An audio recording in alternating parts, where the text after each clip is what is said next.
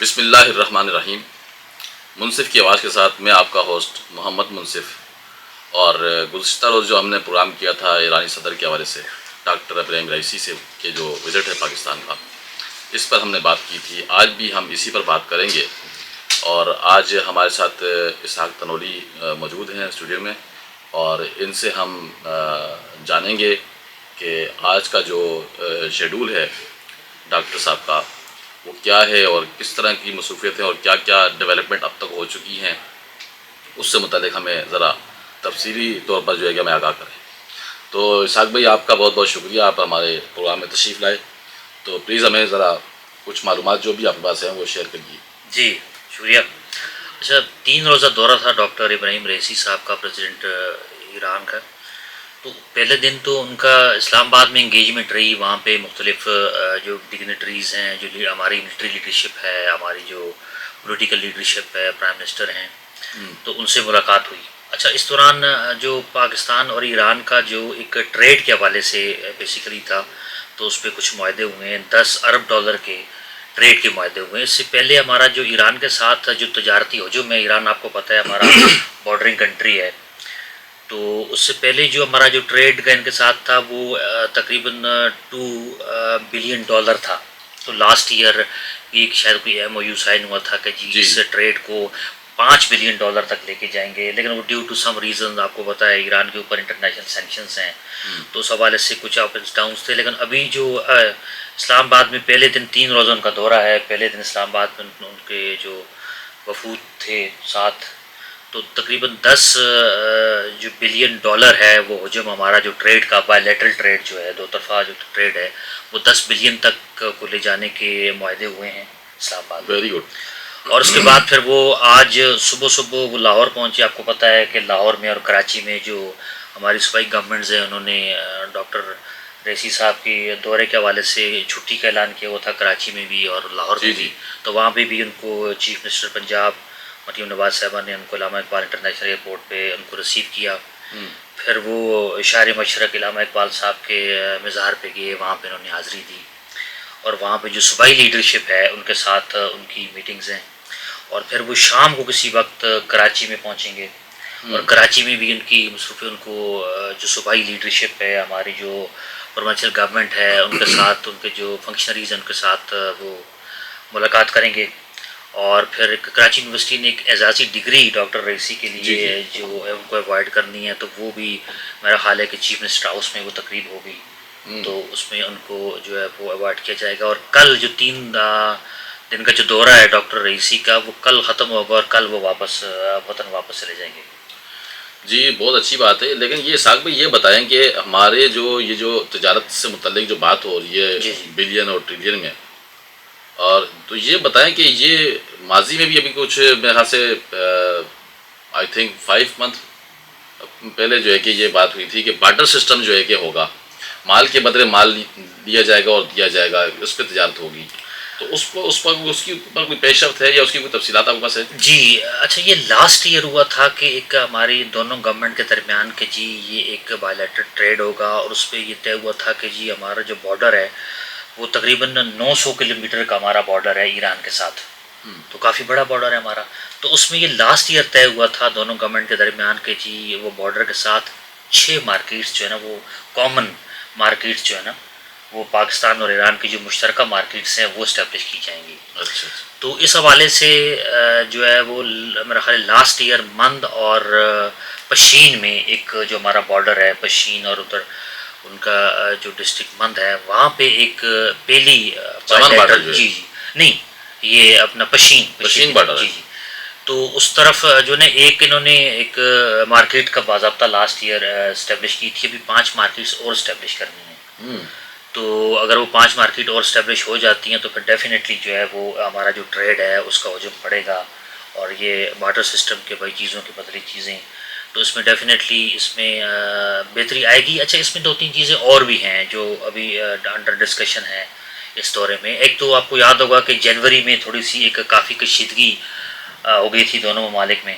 Basically جو یہ دورہ تھا اس میں بیسک جو اصلیت ہے کہ وہیں سے انیشیٹ ہوا، اس وقت چونکہ ہمارے یہاں انٹیریم گورنمنٹ تھی، تو پھر ایران نے کہا تھا کہ جب الیکٹڈ گورنمنٹ آئے گی تو ہمارے ہیڈ آف اسٹیٹ جو ہے وہاں پہ دورہ کریں گے. تو یہ جنوری میں تھوڑی سی کشیدگی ہو گئی تھی. ایران نے کلیم کیا کہ جی انہوں نے ہمارے بارڈر میں کچھ الائجڈ ملیٹنٹ آؤٹ فٹس کو ٹارگیٹ کیا ہے, تو پھر ہم نے بھی ریٹیلیٹ اپنے ڈیفینس میں ہم نے بھی کارروائی کی تھی, تو اس میں کشیدگی بڑھ گئی تھی.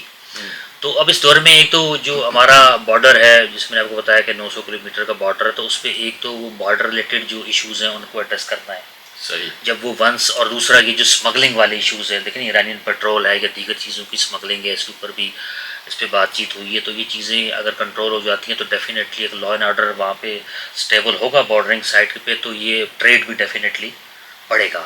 اور اس کے ساتھ ایک اور بڑی جو امپورٹنٹ بات ہے نا, آپ کو یاد ہوگا کہ پاک ایران پائپ گیس لائن جو ہے نا وہ 2013 میں یہ انوگریٹ ہوئی تھی. بالکل بالکل. اور اس کا جو انیشل حجم تھا وہ $10 بلین تھا, لیکن چونکہ 2013 میں جب یہ اناؤنسمنٹ ہوئی تو اس کے بعد امریکہ نے سینکشنز لگا دی ایران کے اوپر, اور اس کے بعد پھر یہ ڈیلے ہو گیا. تو پھر ایران نے اپنا ایک 1800 کلومیٹر کی جو ایک پائپ لائن ایران کو بلڈ کرنی تھی وہ ایران نے وہ بلڈ کر دی.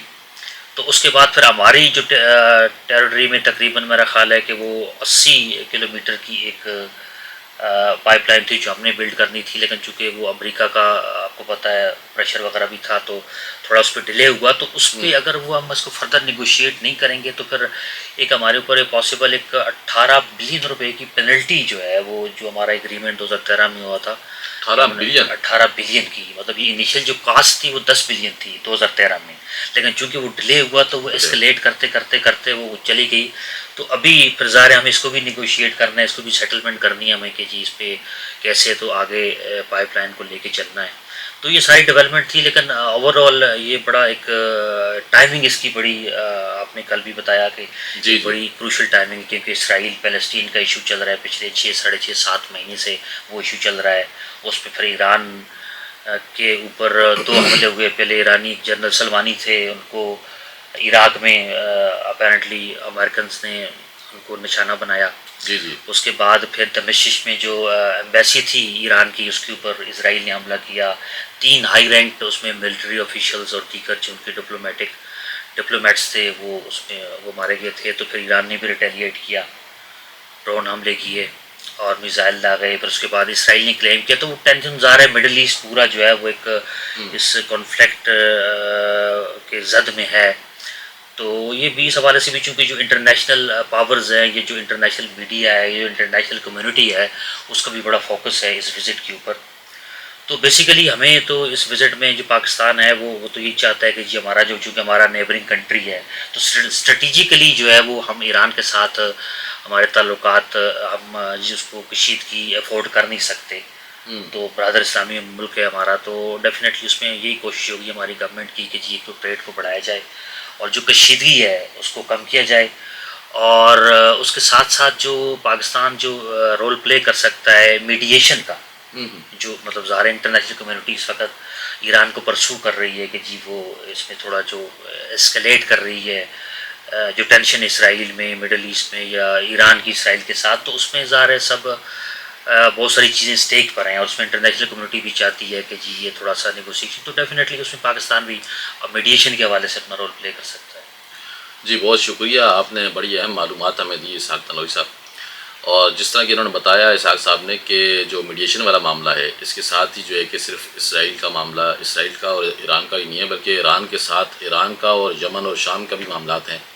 اور پاکستان چونکہ جیسا کہ بتایا کہ برادر اسلامی ملک کے ہمارے یہ جو پڑوس میں ہمارے ہیں, تو ان کے ساتھ جو ہے کہ پاکستان اس لیے بھی زیادہ جو ہے کہ دلچسپی رکھتا ہے, یا وہ ہمارے ساتھ زیادہ دلچسپی اس لیے رکھتے ہیں کہ پاکستان ایک ایٹمی پاور بھی ہے اور پاکستان کی جو عسکری قیادت ہے وہ بھی بہت دانشمندانہ طور پر جو ہے کہ فیصلے کرتی ہے, اور بے شک کرتے بھی آئی, ماضی میں بھی اس چیز کا یہ ساری چیزیں ریکارڈ پر ہیں. تو آج جو ہے کہ جہاں کراچی کے اندر بھی ابھی کچھ دیر بعد جو ہے کہ یہاں پہنچیں گے ڈاکٹر ابراہیم رئیسی صاحب, تو ان کی آمد پر یہاں کراچی کے اندر بھی عام تعطیل دی گئی ہے تاکہ شہریوں کو کوئی مشکلات نہ ہوں, اور باقاعدہ ہمارے ٹریفک سیکشن نے اس معاملے پر جو ہے کہ وہ ٹریفک کا سارا شیڈول بھی جاری کیا ہوا ہے تاکہ شہریوں کو کم از کم جو ہے کہ اس کا مشکلات کا یا پریشانی کا سامنا کرنا پڑے. تو مزید اور معلومات آئیں گی وہ بھی آپ سے شیئر کریں گے. تب تک کے لیے اجازت چاہتا ہوں. اللہ نگہبان.